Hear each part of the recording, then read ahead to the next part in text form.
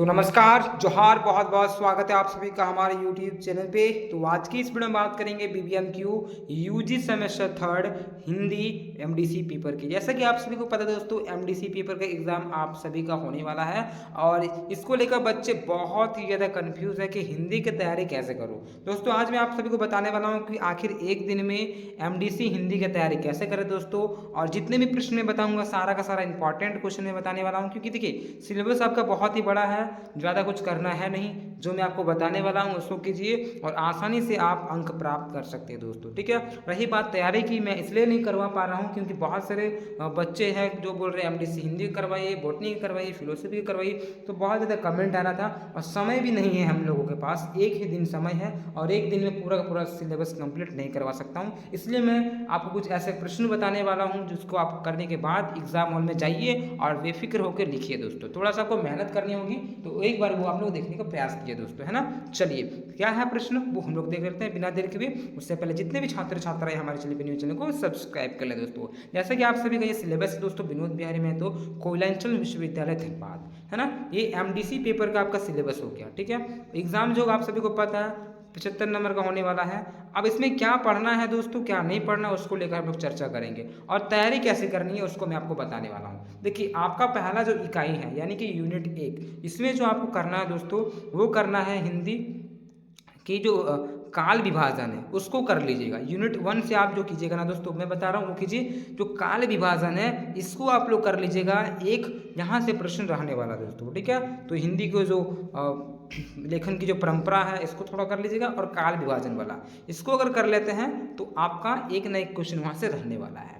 अब बात करेंगे इकाई 2 में। इकाई 2 में आपको क्या करना है, इकाई 2 में आप भाषा की परिभाषा यानी कि भाषा किसे कहते हैं दोस्तों, भाषा की परिभाषा मैंने आपको करा रखा है AC हिंदी वाला में, तो उसको देख लीजिए। सेम टू सेम आपका रहेगा, थोड़ा प्रयास कीजिए। जाइए AC हिंदी में भाषा की परिभाषा मैंने बना दिया, उसे देख सकते हैं। एक चीज़ दूसरा क्या लिखा है, ठीक है, हिंदी भाषा का उद्भव एवं विकास, इसको थोड़ा कर लीजिएगा आप लोग दोस्तों। फिर दिया हुआ भाषा हिंदी की प्रमुख बोलियां और भाषा एवं बोली में अंतर।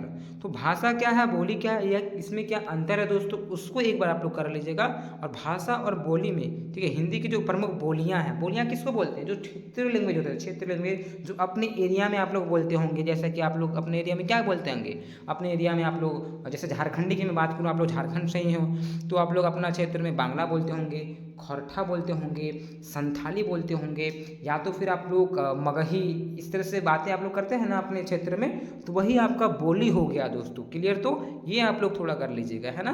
तो यहाँ तक 2 यूनिट हो गया दोस्तों, कुछ नहीं करना है। जो भाषा की जो साहित्यिक इतिहास है उसके थोड़े इतिहास को जानने का प्रयास कीजिए हिंदी की। उसका जो कालक्रम है, काल विभाजन है, उसको एक बार जान लीजिए दोस्तों, एक बार उसको समझ लीजिएगा तो आप समझ जाइएगा क्या है क्या नहीं दोस्तों, है ना। चलिए आगे आपको क्या करना है, आगे आपके भाषा की परिभाषा और भाषा का उद्भव और उसका विकास कैसा हुआ, थोड़ा आप लोग इसको पढ़ लीजिएगा दोस्तों, है ना। चलिए इसके बाद की भाषा हिंदी की जो प्रमुख बोलियां हैं उसको कीजिएगा और भाषा और बोली में अंतर उसको आप स्पष्ट कर दीजिएगा। तो ये थोड़ा सा हो गया दोस्तों। देखिए अगर सही मायने में अगर मैं बताऊं, जो मैं बता रहा हूँ ऐसा कीजिए और 2 से 3 घंटा का सही से बैठ कर तैयारी करते हैं ना तो पूरा का पूरा हिंदी कंप्लीट हो जाएगा दोस्तों, ठीक है। चलिए आगे देखिए, आपको तीसरा में क्या करना है, इकाई 3 में आपको कुछ नहीं करना है, कुछ कहानियाँ यहाँ पे दी हुई रही है उसको थोड़ा कर लीजिएगा दोस्तों, ठीक है। कहानी का उद्भव एवं विकास, जैसे कि यहाँ पे 2 या 3 ऐसे इंपॉर्टेंट कहानी है जिसको आप लोग कर लीजिएगा। पहला जो यहाँ पे कहानी देख पा रहे होंगे और कहानीकार आप देख पा रहे होंगे, जैसे कि राधा कृष्णन जी का आप कर सकते हैं पड़ोसी, ठीक है। तो पड़ोसी एक बार आप लोग देख लीजिएगा, 10 से 15 मिनट का आपको लगेगा उसका कहानी को रीड करने में, पढ़ने में। या फिर यूट्यूब में आप जब पड़ोसी मारिएगा, पड़ोसी राधा कृष्ण, आपका वीडियो मिल जाएगा। एक महत्वपूर्ण प्रश्न यहाँ से बन सकते हैं दोस्तों, पूस की रात प्रेमचंद्र जी का है, तो प्रेमचंद्र जी का पूस की रात एक बार देख लीजिएगा दोस्तों। क्या कीजिएगा, प्रेमचंद्र जी का पूस की रात कर लीजिएगा दोस्तों, ठीक है। देखिए वीडियो को अंत तक अवश्य देखें, ये मत सोचिए कि मैं आपको सिर्फ सिलेबस बता रहा हूँ और ये लेक्चर दे रहा हूँ, आपको मैं महत्वपूर्ण बता रहा हूँ। आप जाइए इतना करके आप देखिए एग्जाम में आता है कि नहीं आता है। तो पूस की जो रात है प्रेमचंद्र जी का, वो आप लोग कर लीजिएगा, थोड़ा सा पढ़ लीजिएगा तो यहाँ से प्रश्न आपके बन जाएंगे दोस्तों, ठीक है। हमारे जयशंकर प्रसाद जी का पुरस्कार कर लीजिएगा, ठीक है, ये थोड़ा देख लीजिए आप लोग। 4 तो है ना इंपॉर्टेंट, और मैं बताऊंगा कि इसमें से कौन सा नहीं करना है वही बता दूंगा। तो जयशंकर प्रसाद जी का पुरस्कार कर लीजिएगा एक बार। और जो अंतिम जो फणीश्वर नाथ रेणु जी का संबंधिया है, तो जो संबंधिया है ये महत्वपूर्ण बन जाता है आपके लिए दोस्तों। संबंधिया का काम क्या होता है, संबंधिया का मतलब होता है संवाद पहुंचाना। थोड़ा इसको स्टोरी समझ लीजिए क्या है संबंधिया। ठीक है। ये संवाद पहुंचाने का काम करता है। हरगोविंद नाम का संबंधिया रहता है। बड़ी बहुरिया वाला स्टोरी है, आप सभी का आपने पढ़ा भी होगा क्लास 12th में। जितने बच्चे हिंदी इलेक्टिव लिए होंगे तो संबंधिया वाला आप लोग पढ़े होंगे, किस तरह से फणीश्वर नाथ रेणु जी वो लिखते हैं और संबंधिया किस तरह से संवाद पहुंचाते हैं। संबंधिया का मतलब होता है संवाद पहुंचाना। ये एक व्यक्ति होते हैं जो आपका जो संवाद है वो किसी और को सुनाता है। हूबहू आप किसी को सूचना दिलवाना चाहते हैं, जैसे अभी हम लोग मोबाइल के माध्यम से, पोस्ट ऑफिस के माध्यम से अपनी सूचना को किसी और भिजवाते हैं, उस तरह से संबंधिया भी इस तरह से काम करता है दोस्तों। ठीक है, तो इसको एक बार कर लीजिएगा। अब बताइए इसमें से इंपॉर्टेंट जो है ना वो देख लीजिए, दो इंपॉर्टेंट है। एक जो आपके परीक्षा भवन में देखने को मिलेंगे पूछ की रात से प्रश्न, तो ये आप लोग कर लीजिएगा दोस्तों। और एक जो प्रश्न रहेगा आपका संबंधिया से रहेगा। ठीक है, तो ये आपके दो प्रश्न ऐसे कहानी हो गए जो कि आपको करना अति आवश्यक है, यहाँ से प्रश्न रहेंगे। और एक प्रश्न आप लोग ये कहानी कर लीजिएगा, राधा कृष्ण जी के पड़ोसी। पड़ोसी, पूछ की रात और संबंधिया, ये तीन आप लोग कर लीजिए, यहाँ से प्रश्न फिक्स है कि रहेंगे। बाकी बात जो भाषा की परिभाषा है वो तो आप लोग कीजिएगा ही। ठीक है, इसके कार्यक्रम को एक बार देख लीजिएगा दोस्तों। और ये भाषा और बोली में जो अंतर है उसको कर लीजिएगा, क्योंकि भाषा और बोली जो है ना वो आपका प्रश्न कल रहने वाला है। तो ये हो गया आपका जो इंपॉर्टेंट क्वेश्चन है जो आपको करना है एक दिन में, वो बता दिए। अब थोड़ा बता दें कि प्रश्न कैसे रहेंगे। देखिए, अगर मैं बात करूँ प्रश्न की, तो पहला जो प्रश्न रहेगा वो आपका 1 नंबर वाला होने वाला है। ठीक है, समय तो आप सभी को पता है 3 घंटा का दिया जाएगा।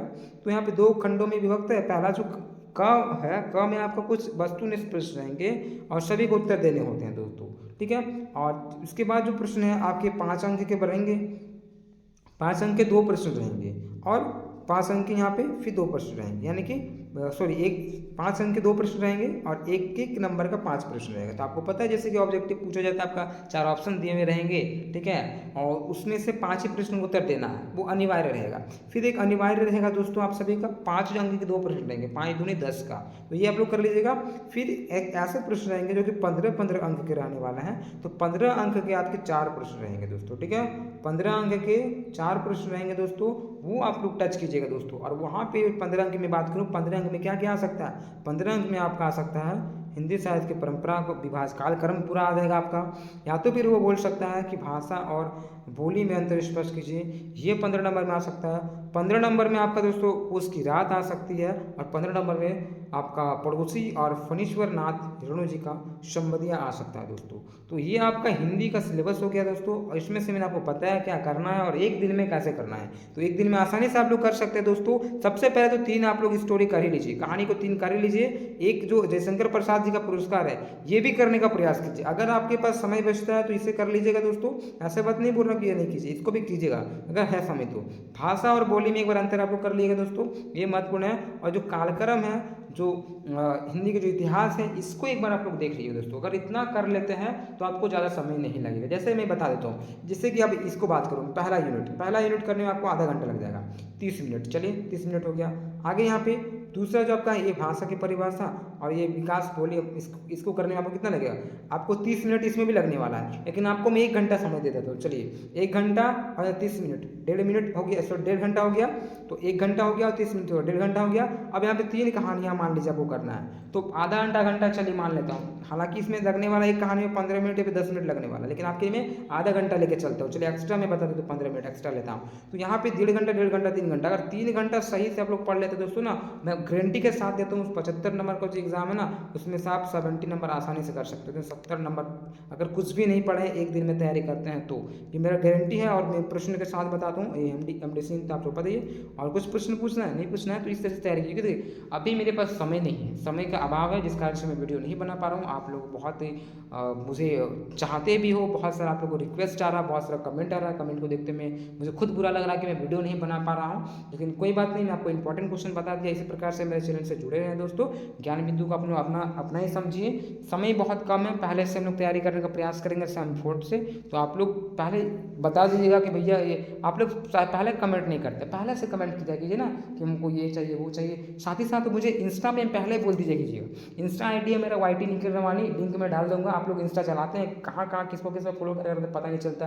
आप लोग भैया हम लोग से भी कभी मैसेज किया कीजिए कि नहीं MDC पेपर है मेरा, इसका तैयारी करवाइएगा भैया, इसका पेपर करवाइएगा, मेरा ये ऑनर्स ये है, मेरा ऑनर्स वो है। तो कहीं ना कहीं हम लोग को लगता है कि नहीं, बच्चे जुड़े हैं हम लोगों से और तैयारी करना चाहते हैं। अंतिम समय में आके सभी लोग कमेंट करते हैं कि भैया ये करवा दीजिए, भैया वो करवा दीजिए। तो आखिरकार मैं क्या करवाऊँ? है ना, समय की अभाव सबके साथ है।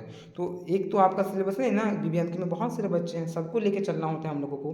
तो इसी प्रकार से जो हुआ सो हुआ, खैर छोड़िए, आप लोग अपना हिंदी की तैयारी में डटे रहें दोस्तों, क्योंकि एग्जाम में हम लोगों को इस बार सेम थर्ड पार करना है। हम सभी को एक ही लक्ष्य है इस बार, सेम थर्ड पार, तो सेमेस्टर 3 पार करना है। बहुत अच्छे प्रकार से परीक्षाएं जा रही होगी दोस्तों, हमारी शुभकामनाएं आप सभी के साथ है। और चैनल से जुड़े रहें दोस्तों, अपने मित्रों को शेयर करें, तभी हमारा चैनल और भी आगे बढ़ेगा। और अपने मित्रों को जब शेयर कीजिएगा ना, तो हम लोग को मनोबल बढ़ता है और वीडियो बनाने का मन करता है दोस्तों। ठीक है, तो अच्छे से पढ़िए, जो जो मैंने बताया उसको एक बार देखिए ध्यान से और कीजिए।